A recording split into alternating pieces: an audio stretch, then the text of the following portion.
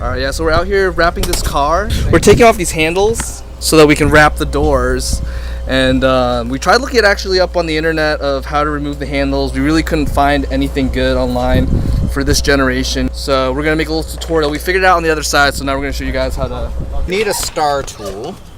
It's a T30. Okay. T30 star. So you're gonna have two spots. You're gonna have a spot right here. And then you're gonna have a spot that's right in here. Start there. Probably want to have a magnet tool to grab stuff or extra hands, because on the other door that we tried, things fell.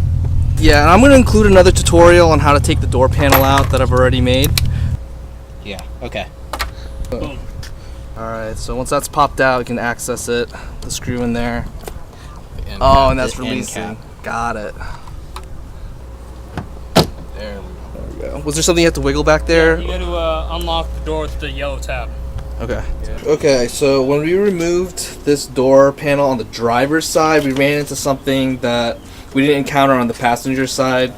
This connector that controls all the windows for all the doors is bigger, and it's a different setup than what's on the passenger side. So you want to push in with a screwdriver on this side and then on the other side to release it. But there's actually one more release tab on the back side of it that you cannot access when it's plugged into the door, because this is against the door, so you can't even see it.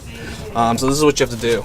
So on the door, we have to remove the whole control thing, the whole I don't know, whatever you call this, the panel. Window switch panel. You have to remove the whole window switch panel, and the way you do that is there's only two little screws. I believe the screw is here, and there's another one back here.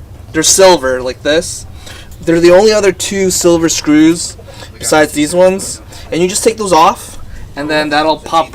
If you pull this up out of the door and then just pry it a little bit on this side, it'll pop right out, and then from there the connector will be dangling from here, and then you just push the last tab in and it'll drop right out.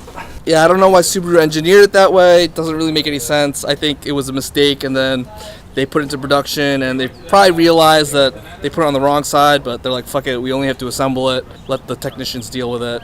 So yeah, we struggled with that for a good few minutes. So yeah, that's how you do it. Or you could work around the panel, just leave it connected, but it's a lot easier to just take the whole thing out. It only takes a few extra seconds. So yeah, alright.